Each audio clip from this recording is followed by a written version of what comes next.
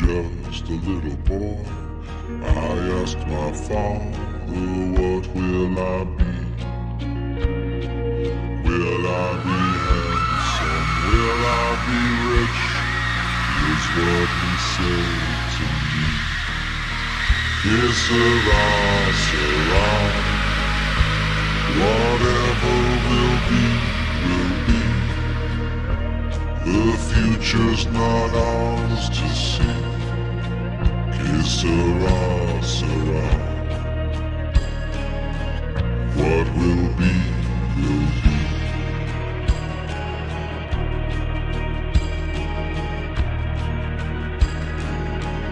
Hello, everybody. This is Alicia and Liz, and we are Decoded TV Network, and this is From Decoded. And today we're going to be breaking down and taking a deep dive with our tinfoil hats into From Season 2, Episode 3, titled Tether.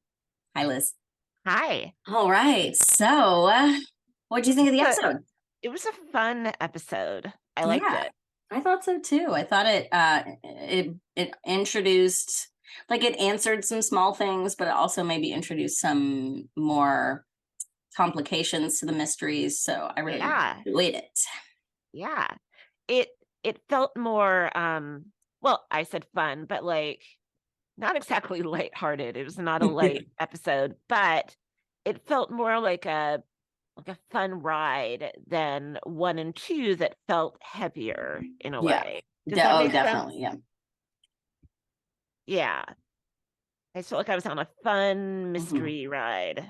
Well, and 1 and 2 was sort of like a continuation or a end cap to what happened at the end of season 1. So yeah, this felt like I feel like we got through that stuff, and now we're sort of building on what we know at this point. You put it really well. Yes, I agree. So I love the title of the episode, just because I felt like there was sort of a lot of cool room for interpretation and what it meant, or why they chose that as the title. Me too.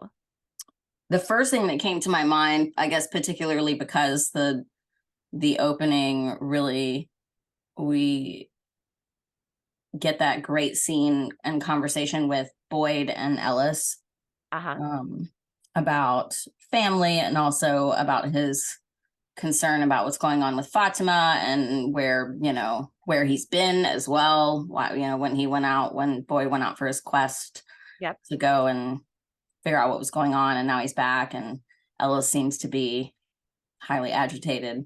Yeah. But I thought it was such a great conversation, and one of the things that really stuck out to me was Boyd saying that they really have to, help each other and lean into one another and hang on, and that they will, if one person is struggling, you step up and you help them through it, and you be whatever, they're lacking or they're needing to help pull them through. Exactly. And so I felt like that was the primary theme of the episode, and also for the title. But there were other little things too that I thought it spoke to. What did you think? I agree. My primary takeaway was what you need to hold on to survive and to thrive in Fromsville. I liked, you brought up the conversation between Boyd and Ellis. Ellis says, last night was really scary. He believes that the people that make it are the ones that are able to hold on to a piece of themselves. And last night he got scared seeing Fatima. Last night I feel like I saw that piece of her start to slip away. Right. And that's when, as you noted, Boyd advises that for now, Ellis become that piece of her, something to hold on to. And he says, until we can go home, he's still, leading the charge of we're getting out of here. Right. Yeah. But interesting that it was within the context of a conversation around how do you survive an interminable, kind of nowheresville. Yeah, exactly. Yeah. And it also, made me think of just family, thematically in a larger sense of, going through life. We may not always agree with our family, or we may not always like them, but for the most part, they're always going to be something that we're tethered to. We have a past with them, and we have all of these ties as you go. So even if you're not talking to your family, there's still a tether of some kind there, and everybody's interconnected. And so I think like the direct family relationship between the two of them is a tether, but also, the greater family of that community in general that's tethered together through this experience. Oh, that was really nicely put, Alicia. Well, thank you. It reminded me of Elgin's t-shirt with the crow on it. Mm-hmm. Another tether of sorts. Yes. Somehow Elgin seems tethered to this place. Right. I looked up the symbolism of crows, Mm-hmm. Yes. and I didn't realize that they are very intelligent, highly intelligent birds. Mm-hmm. They prefer to flock rather than, isolate. Mm-hmm. Crows, they're very smart.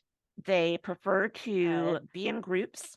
They remember faces. Mm-hmm. So Oh, really? Huh. if you piss off a crow, it'll recognize you. And wow, I didn't know that. That's cool. there's some famous study that was done, and I'll look it up and tell you about it in the next episode. But it's really cool. But yeah, crows, they remember faces, Mm-hmm. and they remember if you're nice to them or not. Mm-hmm. But yeah, they've got like big bird brains with lots of neurons, Mm-hmm. and they're very good at recognition. They're good at adapting. Mm-hmm. They're good at, like kind of making the best out of a bad situation. So adaptation. Mm-hmm. And they prefer to, oh, here it is. I found it. All right. Teamwork and reciprocity. Like to work and fly in groups. They are smart, clever, adaptable, good at problem solving, flexible, and open to new situations. Mm-hmm. And then I wrote, compare, contrast Elgin with most of the new bus bees, especially Puke Shirt. Right. Stubborn and obtuse, confrontational, refusing to adapt, and open to the new environment. So, yeah. Definitely. Yeah, I think it's very, very telling that he's wearing that shirt. Yeah. And also, I know that it's been mentioned that the crows, that there is significance to them being there, and, symbolic meaning to it. So, well, you always think of a murder of crows. Right. And yeah. crows being kind of ominous and connected Mm-hmm. to horror movies and thrillers. But I liked, it was fun to read about the good qualities of crows. Yeah. Thinking about Elgin being tethered to this place and how he is adapting well, and maybe why. Yeah. Well, and on that note too, as I was just kind of rewatching and editing and doing all the things we do, I noticed in episode 1 or 2 of this season, whenever it happened, I think it was in 1, probably towards the end, when he has the seizure, the house collapses at the same time. Yep. That he's having the seizure. And I just thought that was really interesting. And I wondered how he himself, could potentially be tethered to the power of this place. Like, is he just really dialed into it? And is he having that seizure because his body is reacting to whatever's happening in the moment that's tearing that house down? Yeah. Or is he being controlled by something specifically that's causing him to have the seizure, because whatever power it is that is upset at them? Because I think that that's evident that something is upset with them, because we've got the storm, and then we've got the house is crumbling, and now he's having a seizure. Yeah. So maybe he's just super, connected in that way, that he's open and receptive to that type of thing. I don't know, but I do feel like there's probably a connection there. And could that power or connection be harnessed? Right. Yeah. Could it be flipped where he can control what's going on? I love that. Ooh, yeah. I bet it can be. I'm sure that that somebody's going to figure out how to flip the switch on them. So yeah, that would be cool. Well, go back to the conversation, or moving forward to the conversation that he has with Fatima at the, we didn't know if it was Brundles or Brumbles. Yeah. Closed captioning, it says Brundles with a D, which is not a real word. But Brumbles, like Brumbles bushes, Right. makes sense because Yeah, of where it does. it Yeah. is. So when he's with Fatima at the colony house, he has a moment where it's like, oh, I recognize this place, and asks if there's water nearby, like a lake or a pond. Right. And she takes him right to the Brundles, and she kind of asks him, oh, you're the one that had from the bus that had that dream, and talks about there's this one girl, Natalia, who used to say, well, she Fatima says Oh, her name was Nadia, and she said right. Nadia used to say, which I guess would then also indicate that Nadia is no longer alive. Yeah. But Nadia used to say that this place was calling out to us, but only some of us were listening closely enough to hear it. Yeah. And then Elgin interjects, but has anyone, and then she says, yes, they've compared and picked it apart. It didn't tell us anything we didn't already know, which is that we're stuck and nobody can tell us why. So were they referring to the Brumbles or Frumsville? I think Frumville. Okay. Yeah, I think he was probably referring to it like just as a whole. Okay. Yeah. Fatima also added, you're the one that had the dream. Yeah. People have all kinds of strange reactions to this place. Right. Dreams, nightmares, weird premonitions, but we don't know why or what it means, why it happens to some people and not others. Yeah. So that is a little answer to something that I think, even talked about and asked last week. Is everyone having these things, or is it just some of them? And so there's our answer. Yeah. Well, and when she references Nadia, that we've picked it apart and, haven't learned anything, maybe that's foreshadowing that Elgin might be a key to finding some answers. Yeah. Yeah. Why some people have dreams or premonitions, and what they might mean and how they might be able to use them. Right. Yes, definitely. And we have another character who's hallucinating. Oh, Tabitha. Tabitha. Poor Tabitha. Scary. Yikes. Right? Those little children were terrifying. Yeah. Yeah. So I had a note about that because I wondered if I started to wonder, although, I know maybe the fact that we're doing Yellow Jackets at the same time is kind of influencing, back and forth, like my thought processes on stuff. But I wondered if this was a mental, we talked about like people needing, like there was, like when they arrive in Frumville, there was something distressing or something they were needing to overcome, or some challenge they were facing. Right. And it's been mentioned, well, Tabitha mentions here that she saw Thomas, her deceased son, after he had died, but before they arrived in Frumville. Yeah. And so it made me wonder if, again, there's an openness or if somebody is willing to be able to see to the other side, if they have that openness in them, then they're more easily accessible in order to, for people to come through from the other side. I guess. I see what you're saying. Yeah. Yeah. But I did wonder if, are we looking at a situation where people with, like we discussed last week, whether it's mental illness or their children, and they're more open to those things, or, just different things that would maybe make them different and set them apart from, the average Joe who's gonna, deny everything and look for a practical explanation. Yes. So more conforming to societal norms. And so maybe that's why, like, the people that have those dreams and premonitions and hallucinations, maybe, she then also falls into that category. That I like that a lot. Yeah. Yeah. They have a little glimpse into the other side. Right. Team woo woo. Team woo woo. Yeah, exactly. Yeah. Also, I was wondering if, so I was trying to think like why is she hallucinating, or why are these kids visiting her? And Yeah. I thought it's because she was in the caves. And when Yep. she was in the cave, in that little scary area where there was like the little jail cell bars essentially, Yeah. and that we saw that thing like come at it, I think that was one of the kids. Yeah. I'm right with you. Yeah.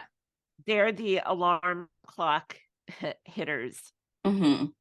They knock And they over. saw her, Oh, yeah. or at least one of them did. And so I was thinking that perhaps they aren't They want actually help. bad. Yeah, they're wanting her to help them. Yeah, exactly. They're looking for help, and they sensed that she might be able to help them, and that's why they're now appearing to her as they're trying to ask for her help by standing there, because they don't seem like they are threatening in any way. I think you're onto something. I do. Mm-hmm. I would not be shocked at all if that's where that's headed. And if they are locked behind bars in there, right, then they're not being summoned like the other zombies to wake up and go and kill people. Right. So maybe there's a reason for that too. Maybe there are certain people that are uncorruptible in that regard, and they get sort of imprisoned there. And maybe it's the ones that have that openness and that ability that happens to. Oh. Well, yeah, they seem to be enslaved in some form or manner to serve the monsters and to serve whomever is holding the spear, right, in some greater way. But yeah, they seem pretty low on the totem pole in terms of big bads. Yeah. Yeah, I think they're enslaved monster people. So even though she was scared and she rushed inside, I imagine that this will come back up again. And I bet you Ethan gets involved somehow, maybe in being a go-between there. Yeah, it was weird that he didn't see them. That was weird, though. I agree. Yeah. Interesting, though, that right before she saw them, she was talking to Ethan about how she says, I know you like to see things as a challenge or a quest. And he's like, yeah, Mom, I know this place is dangerous for real. And then he knocks over the structure he just built, or completes the structure, the alarm clock structure. And that's when she sees the girls. Right. But also that structure that he makes is the same one that's made in the cave. That's what I meant. The alarm structure. Yeah. Yeah. So it was found in the rummage bin, or the rummage area, the stuff behind. She thought it'd be like a fun toy for him. Yeah.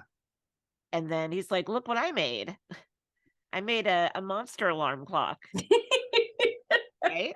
Yes. I'm definitely wondering what that's about. It's probably a good thing that Tabitha saw it, because I think her awareness, okay, so the conversation that her and Jim have at the beginning of the episode.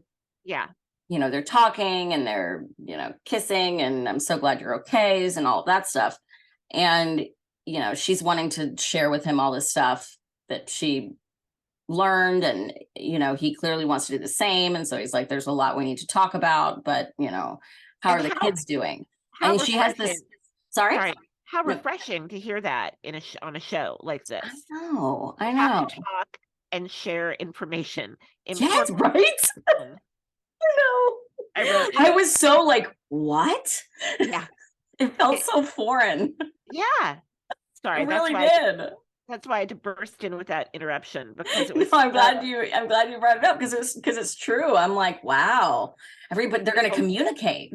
Yeah, we have a lot to talk about. I have to tell you about what I learned and saw, and I was like, exclamation marks all over my notes. Right, because it's always so much about like nobody ever talking to one another about anything. Exactly. Very refreshing. Okay, I'm sorry I interrupted. No, Yes. it's a good interruption. But yeah, so they're talking about that, and he asks, how are the kids doing? And I liked that she sort of took a pause and realized, like, I don't know how they're doing because I haven't asked them. and so I like that they leaned into that, but I also think that now that they're both sort of realizing that there's something crazy going on here that can't be explained with anything that they've learned about life so far, that they're more open to the possibilities of what could be going on, and that also enables her to open up more to be paying attention to what's going on with Ethan, especially. Yeah. And All this maybe quest talk. right, Yeah. Maybe that'll lead to something. right. Mm-hmm. And Ethan keeps referencing, mom was on a quest with Victor. Mm-hmm. Yes, you're right. I think And I also thought that was good because it kind of, we talked in the last deep dive about how well, we talked about the quest. We also had that other short video we put out, the segment from the deep dive about the hero's journey and the hero's quest, and we've been talking about which characters sort of fall into which character archetypes that you would find in a hero's quest. And I posited that perhaps everybody's their own hero on their own quest. Yeah. And they have, different, like, other characters within the show play certain roles for them, but maybe they play a different role for somebody else. And so I thought that Ethan saying that maybe further fueled that theory for me, that is one, that's maybe the way to look at it, as opposed to like everybody, being one thing. Right. Yeah. Well, and I think it furthers our belief, or, idea that this season will really lean into that.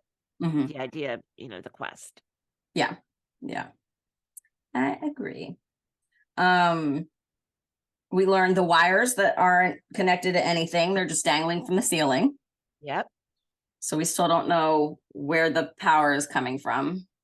And I had a question about that. Mm-hmm. It may be part of a larger conversation, but it relates to what Donna was saying about, supplies are running low. We're going to have to ration food with all these new people.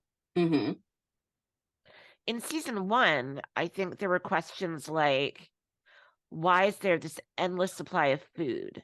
Mm-hmm. And why is there so much stuff around? Right. Victor's got a whole, I can never remember the name for it. Victor's got a whole rig of it. Yeah. And the woman that runs the diner, I believe her name is Tai Chen. Mm-hmm. She's got that whole barn full of just clothing. Right. Yeah. Oh, yeah, I know. It's like a whole store. It's this endless supply of stuff. Previously, endless supply of food and endless electricity. Made me think, whomever or whatever may have set up this place, these weird ideas of like what people would need to be there so they could do whatever they're doing to them. Like, why supply electricity? Why? I know.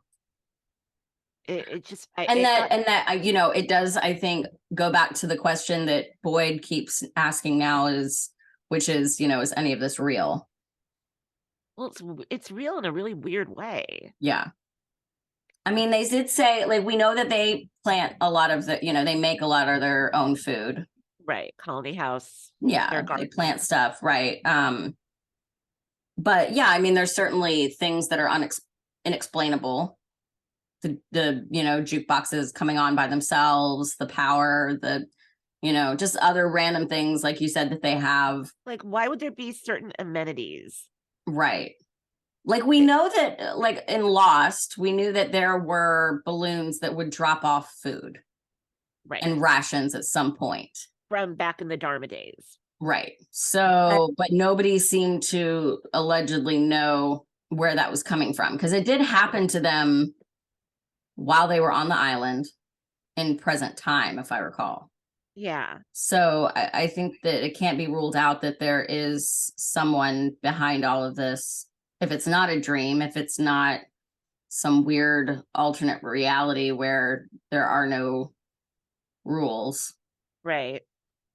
then okay. But if we're living in this reality, then I think the only answer is that there's somebody doing something to manipulate things.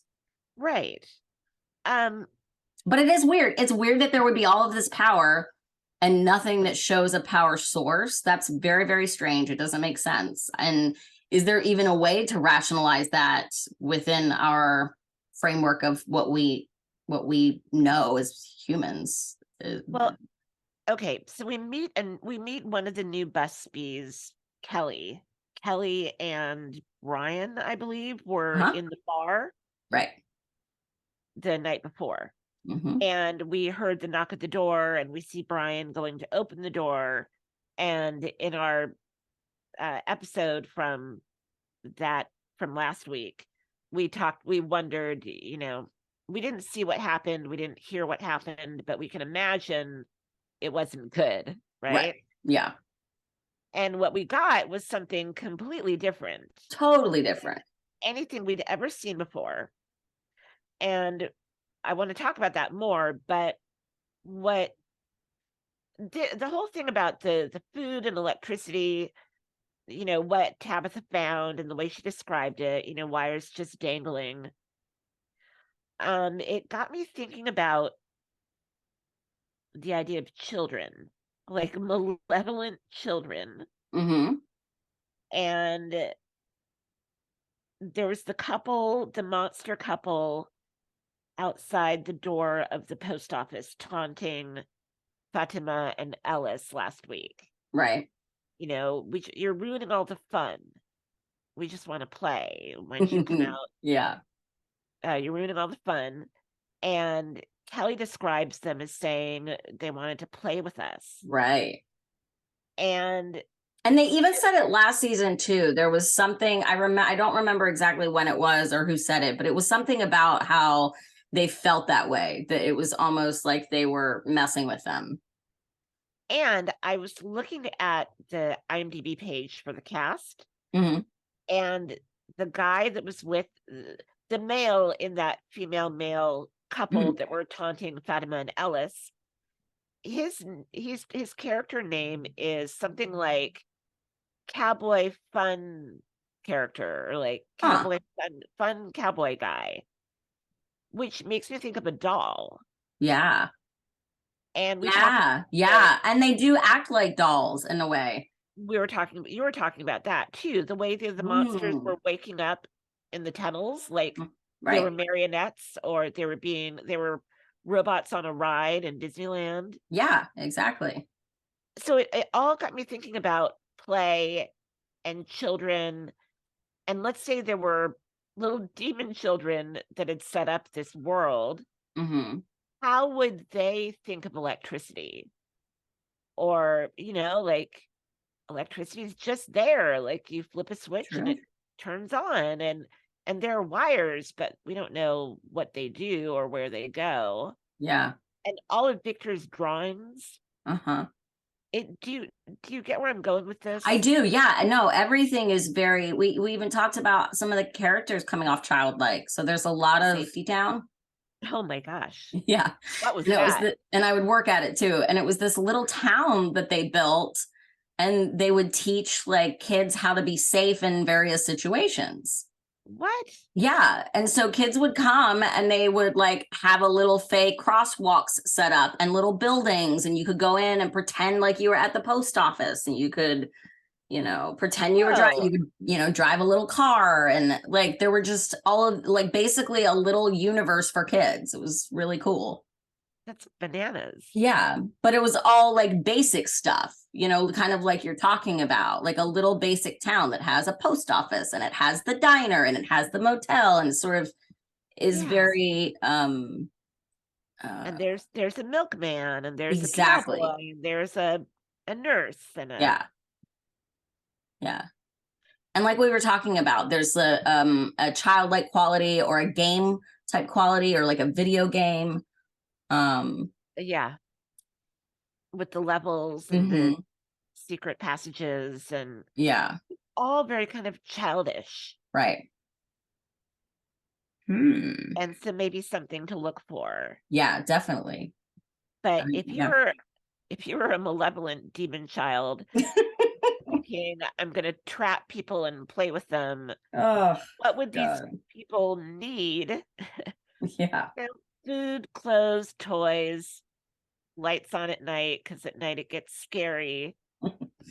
And this Aw. is what I saw in a book, and this is what I saw in a movie. This is what a Yeah. town has. And you're right. And even the intro to the show in general is so much like we see the town, but we see it intermixed with the drawings.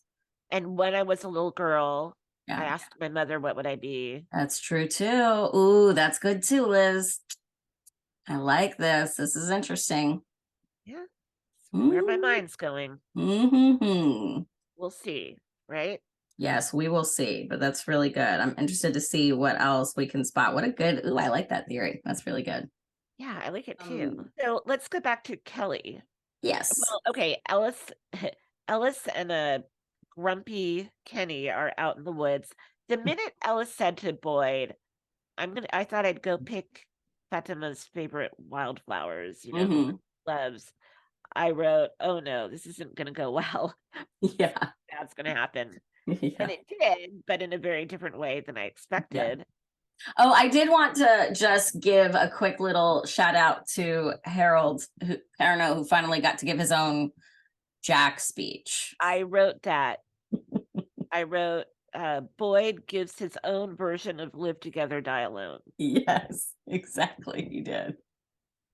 He did. Which we needed one, so it's good. Yeah. But yeah, it did make me chuckle. Like I couldn't help but think about like, aw, You got to do it. you got to do it. Okay, continuing on. So Okay, so yeah, yes. Allison and Kenny out. Well, okay, Kenny checking animal traps. Is that what they were? Yes, yeah, which I didn't remember if we had ever known that they did that last year or not. I couldn't remember, but yeah, I assumed that they were animal traps. But how weird to do them with a steel rod versus a stick. Yeah, Like I would think an animal would sniff metal and run. that's true. I don't know. I know nothing about trapping Yeah, me animals, either. but it seemed a little the alarm that the monsters set, right, to make sure she was found. Right. And it's an old timey song. Wake up, little Susie, wake Mm-hmm. up, which I doubt was her alarm. No, definitely not. There's no way. And her phone was propped up on her. Yeah. Like it was definitely arranged so that you're right, so that she would be found there. Yeah. And at first I thought, oh, cool, a twist. Because not only are there monsters, someone on the bus is a serial killer. Oh, yeah. But then, well, because No, it did seem weird because it was like we haven't seen them do this at all or anything like this. So this was I looked at her too and I just thought, well, who killed this? Like, oh my God.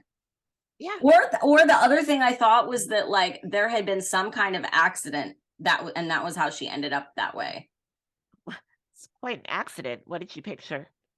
I don't know, like running and she fell. Oh, yeah. I didn't know. I was just like, how did this happen to her?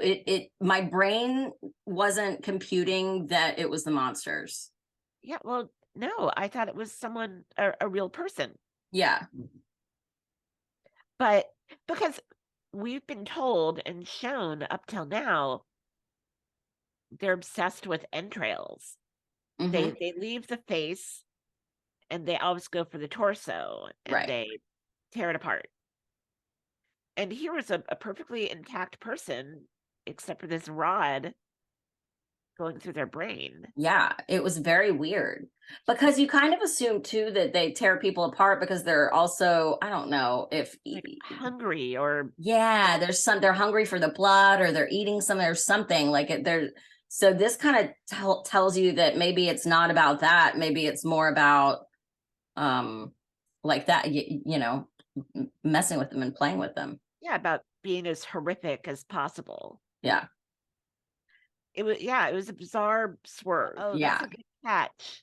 And then this was the scene directly after that, and sort of Oh. resolved there. So to me, I almost felt like it was sort of some clever writing to let us know that, like, there aren't set rules or we will learn things, and rules can change and will change, and not to get like too set on, okay, this is what happens and this is the way it is.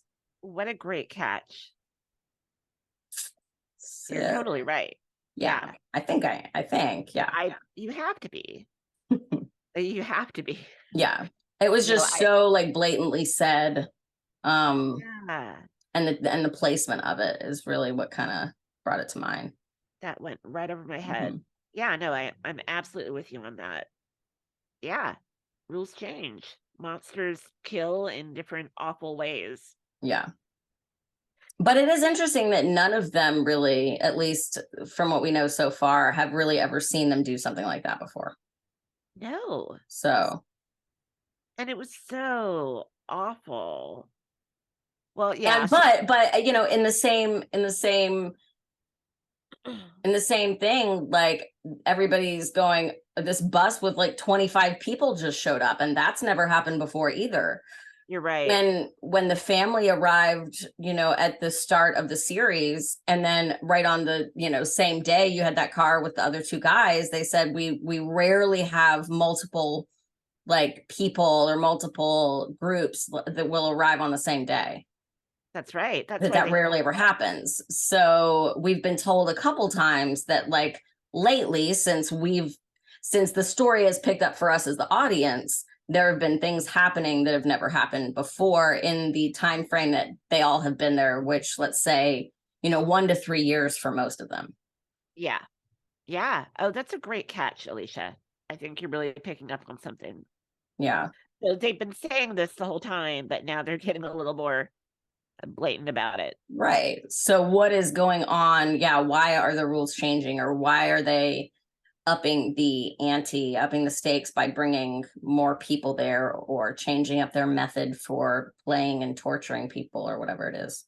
Well, I mean, I think when you play games, if you don't change them or present new challenges, you get bored, right? That's true. Maybe very good point. Devil children are getting bored. We had talked in the last episode about the idea that maybe once there are too many people in the town, there has to be like a culling of some sort, and maybe we're headed towards that. Right. Yeah. Which, sadly, you really could be right. Well, I mean, you can't. When Donna was reporting to Boyd about the bus, she said there were originally 25, now 22. And I thought, is that it? I mean, I expected the number to be much lower. I agree. Yeah. Well, but she doesn't know about the young couple yet. No. There were the two elderly on the bus. Yeah. There was Brick. Right. In the house. And then now it'll be these two. Yeah. So that would be down to 20, right? Yeah. I know math. Even still, that's a lot of new people.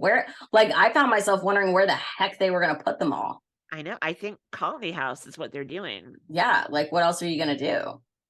I thought it was funny that Tabitha was like, there's no way I'm putting my children in that place.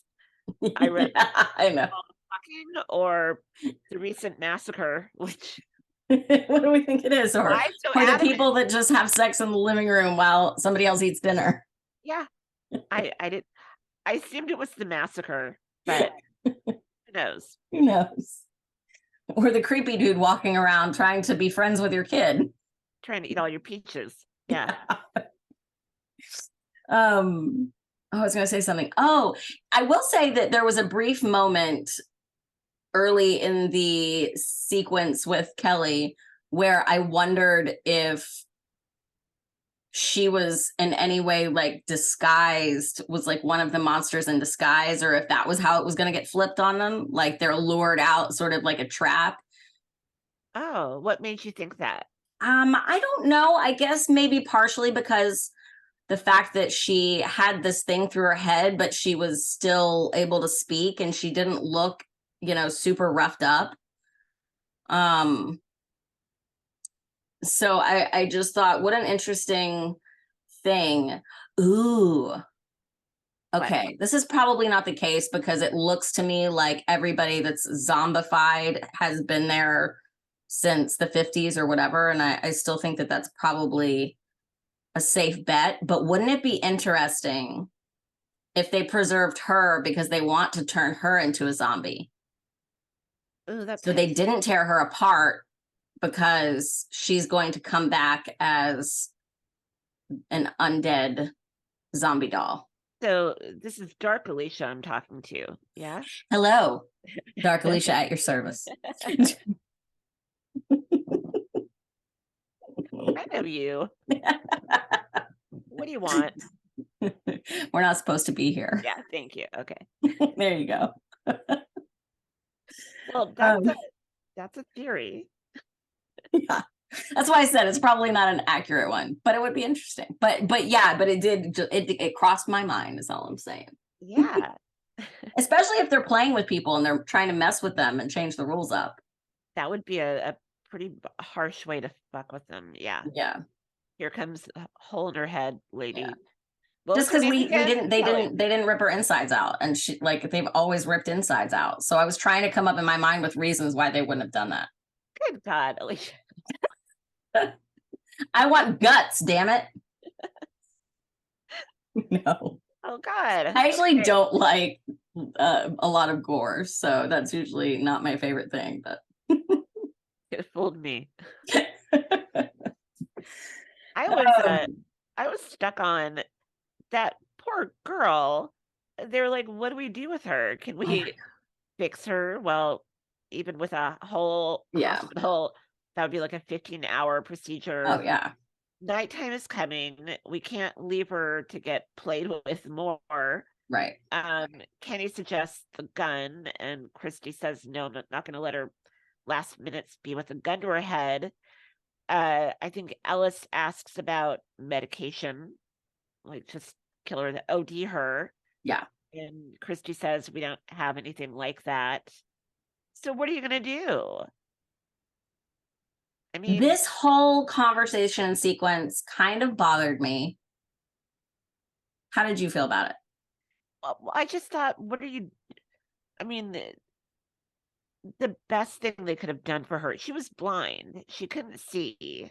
Oh, I didn't really realize that. Saying, where am I? Oh, Ellis, are you still here? You're right. Oh my gosh, I feel so silly that I didn't pick up on that. Well, it wasn't overt. Yeah. And I picked it up the second time I watched. Yeah. But the kindest thing they could have done would have been gun to the back of her head. They should have shot her. Exactly. I agree. Better than her dying, screaming while Boyd's trying to pull the pole out. What they did was torture. The fact that that's what the route they went was insane to me. I don't know why they decided to do that. I believe she started to scream before Boyd touched the rod. Which we should talk about that too. But yeah. Right. What was going on. Yeah. But that's when they should have just shot her. It was torturous. You know, I looked up I tried to look up a trope of the character that has been mortally wounded, but will die when you remove the weapon. Mm-hmm. You know, like in Signs, right? The wife is pinned to the tree, and yeah, it's one of those situations where once they remove the rod, she would die anyway, being kept alive by the thing that killed her. Yeah, one of my favorite Grey's Anatomy episodes from the second it's from the second season. Yeah, I know. And, the double pole. Yeah, into like a train. Yeah, with the pole through the two of them. It's one of their best episodes ever. And I just I can never I thought that was all I could think about while I was watching this was like, oh, choose me. Yeah. Oh, yeah, breaks my heart. But she's talking about her versus Derek. Exactly. Right? Yep. Yeah, exactly. Mm-hmm. The pick-me episode. So, but yeah, no, there was a more humane way to do that, and they did not do it. Yes. So why did you think she started to scream? Right? I don't know. And it was very sudden. And so I think she was seeing something and experiencing something. I think they were further fucking with her. Oh no. Yeah, like in her mind. That's what I thought that was going on. And thereby fucking with Ellis and Right. Steve Yeah. and Boyd. Yeah. I wondered if it was an Elgin situation, like when he had the seizure, when the house was collapsing, if Yeah. maybe he was responding to something that was happening in the town. It seemed like it had, like she was talking to someone though. Oh, what did she say? Do you remember? She also could have asked her. Yeah, what do you want? What do you want? Yeah. And that was the other part that bothered me. Like, they should have just humanely shot her through the head when that started happening at the end. And she could have not known it was coming. She wouldn't have had to be scared about a gun Right. coming after her. Or Right. B, you could have asked her how she preferred to go. You could have been honest with her and said, this is the situation and what do you want? I mean, they told her you're not going to make it. Exactly. That's the next logical question. What? Here are the options. What do you want? So she says, what is that? Oh. Yeah. So she's talking about what she wants Christy to say to her mom or write to her mom. And then she sort of, her eyes kind of sort of have a concerned look to them. And she says, what is that? And then she says, do you hear that? And she's acting like she's listening to something. And then she starts screaming. And then, and then she's like crying and she says, I can't, I'm sorry. And she's screaming. Sounds like she was flashing back to what happened before. Yeah, I think that's possible. Yeah. But I wonder if she saw the two girls or. Yeah. She could have, her hearing could have been, if it wasn't that she was having some kind of like hallucination or vision or something like that, it could be that she heard Boyd because she started reacting right before Boyd showed up, like right before. She didn't seem to have the best reaction to him. Right. So maybe it was connected to him arriving. Well, think about, she says, do you hear that? Right? Yeah. Think about Martin and the music box. And, there are things that are worse. Yep. And Boyd now has Martin's blood. Right. And I'm wondering, like, I'm picturing a scenario where she hears, the music box and Boyd becomes a Martin, like, I don't know. Yeah, no, I think that it is very possibly connected to Boyd. I didn't really pick up on that part of it at first. If it's heralding like a bad Boyd. Right. If it wasn't that she was having some kind of like hallucination or vision or something like that, it could be that she heard Boyd because she started reacting right before Boyd showed up, like right before. She didn't seem to have the best reaction to him. Right. So maybe it was connected to him arriving. Well, think about, she says, do you hear that? Right? Yeah. Think about Martin and the music box. And, there are things that are worse. Yep. And Boyd now has Martin's blood. Right. And I'm wondering, like, I'm picturing a scenario where she hears, the music box and Boyd becomes a Martin, like, I don't know. Yeah, no, I think that it is very possibly connected to Boyd. I didn't really pick up on that part of it at first. If it's heralding like a bad Boyd. Right. Yeah, like there's something within him that is, now sinister. Yeah. Or something in him connected to, whatever the bad thing is. Yeah. Because when she says, do you hear that? Like a second later, Boyd appears. Oh. Maybe she's hearing his blood or hearing like whatever's going on underneath his skin. Yeah. Ugh. I wonder if whatever is in him is like a monitor of some kind. Oh, okay. Yeah. Like a way for them to spy or. Because Martin knew about Abby and what Abby said. Oh, that's a really good theory. Yeah. So it's like like an agent for the other team that proximity to him, that means proximity to whomever's holding the end of the spear. Right. and that's why she freaked out. Yeah. It's like they're coming. Yeah. Right. I Exactly. avoid proximity. Yeah. Right. That's really good. Mm. I mean, the only other option would be that whatever shock she was in started to wear off and she began to feel the pain. And do you hear that? Could have been like a ringing in her ear.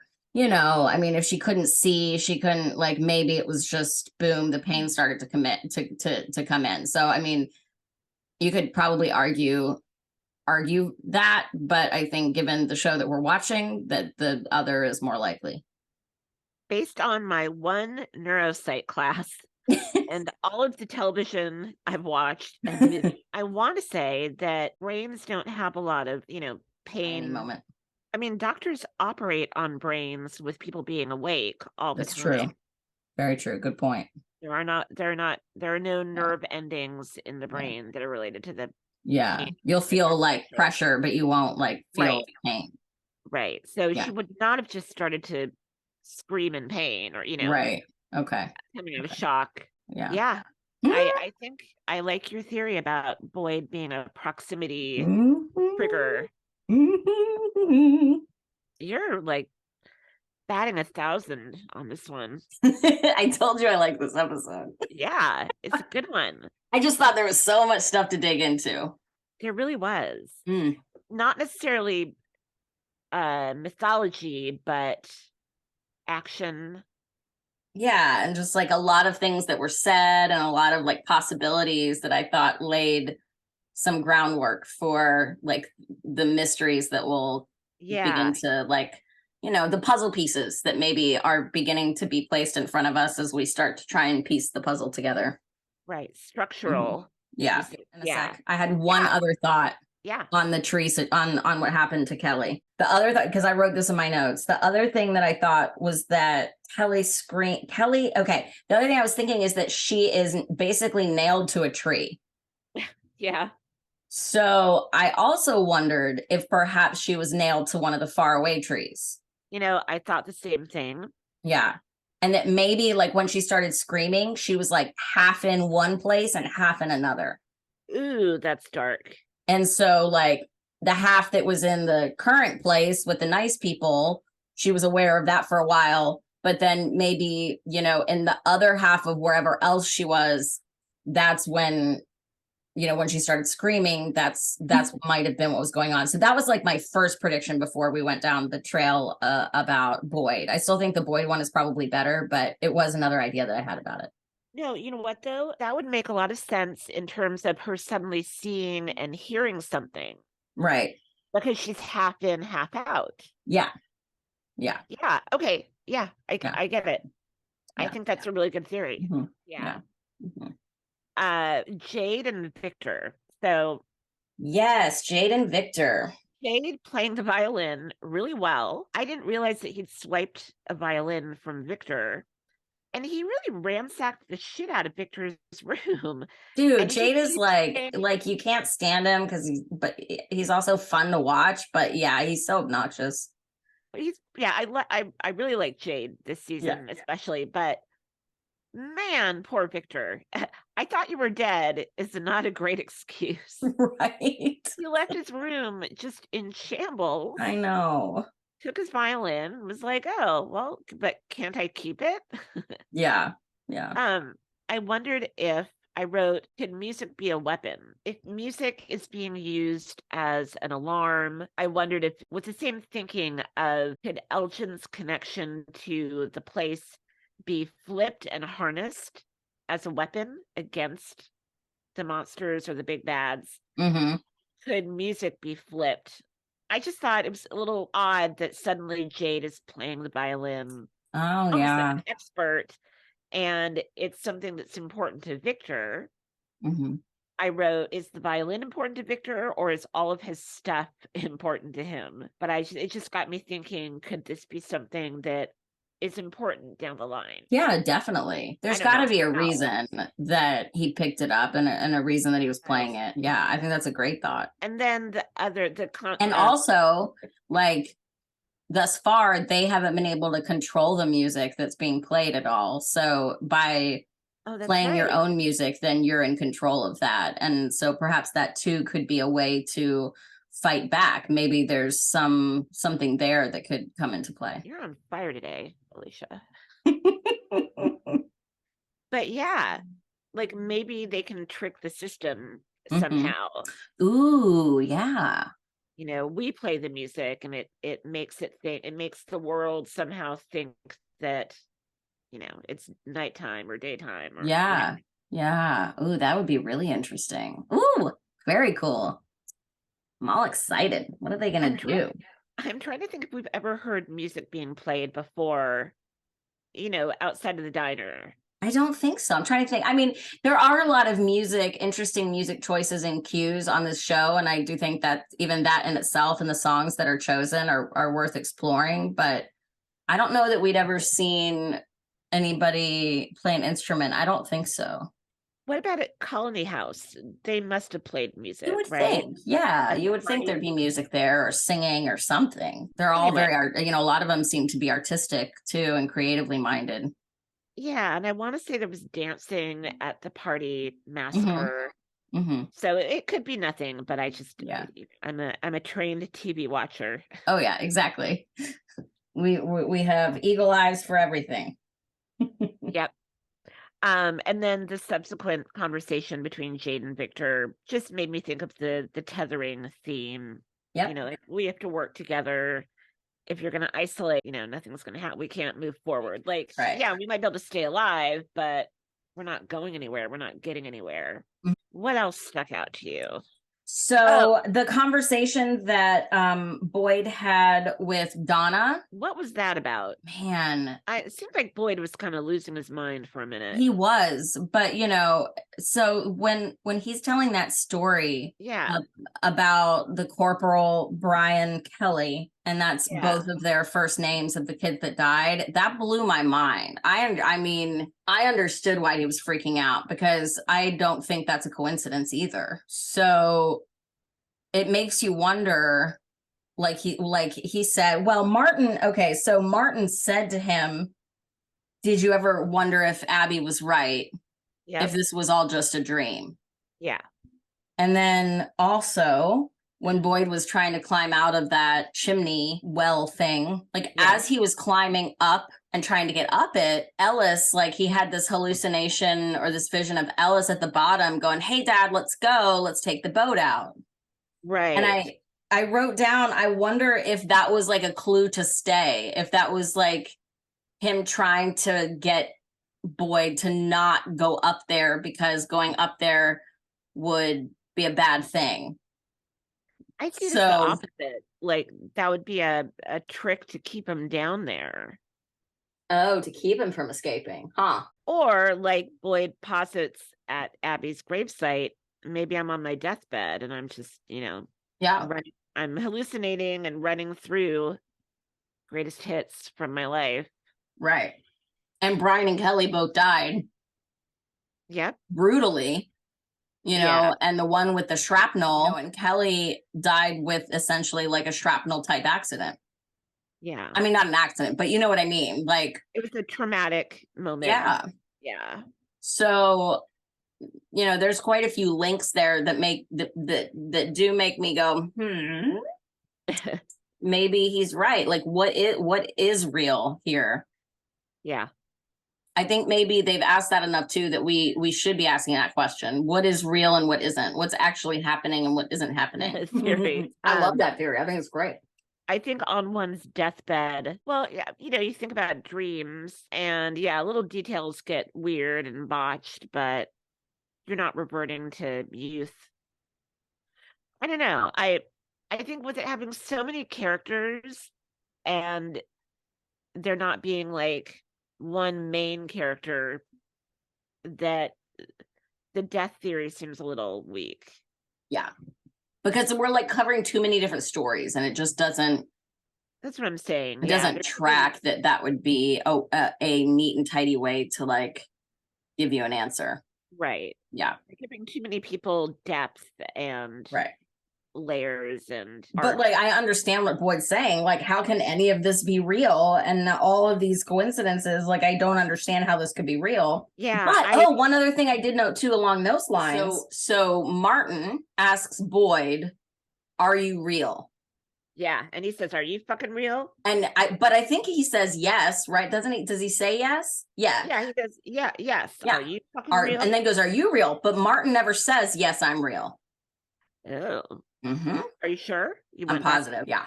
Wow. And so, okay, well, I shouldn't say I'm totally positive, but I'm like 99% sure because I rewatched it and I wrote it down. Okay.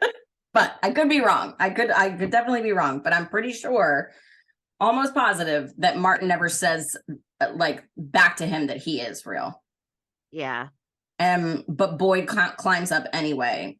And he says, you know, he gets him up there by being like, "You have to hurry, they'll be back soon." Like, he really glosses over it and then tries his best to like urgently, you know, encourage Boyd to get up that rope. Well, we forgot to mention that they made a deal, right? If I do this for you, if I throw the rope down, you've got to do something for me when you get to the top. Yeah. And then you have to kill me. Right.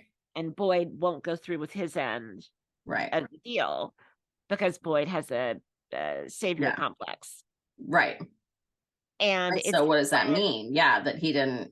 Right. It's when both the music box stops, when the music stops, and Boyd begins to set Martin free, that Martin freaks out.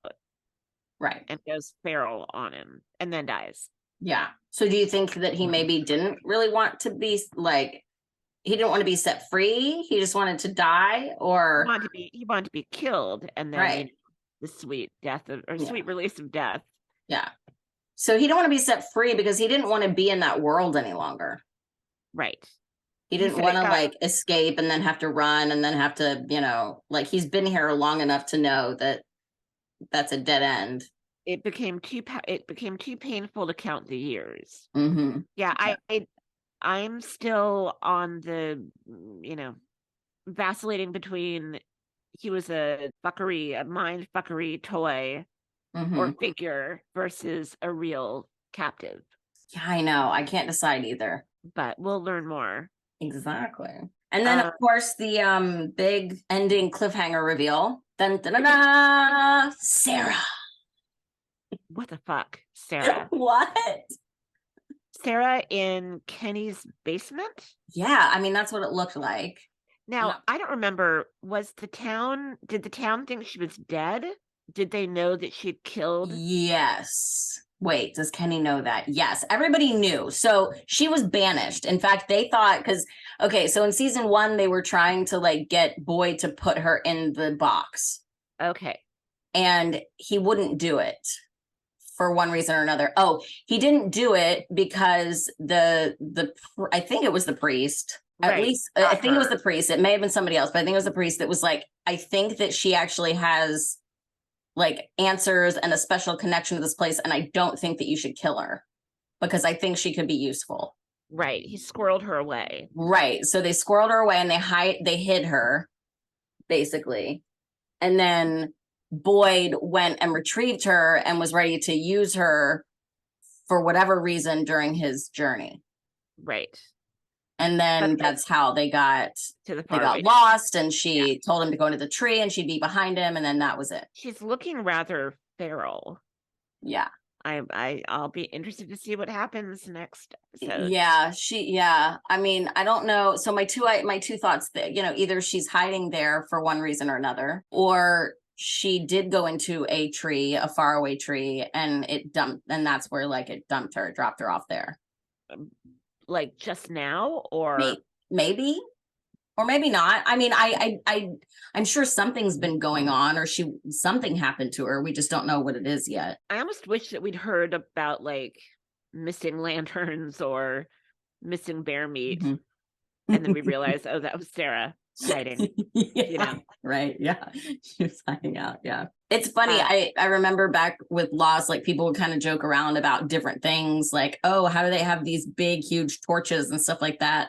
And I found myself wondering the same thing with Boyd in this cave, and there's like all of these torches, and lanterns and things. And I'm like, anybody wondering where that shit came from and how it was built and left here?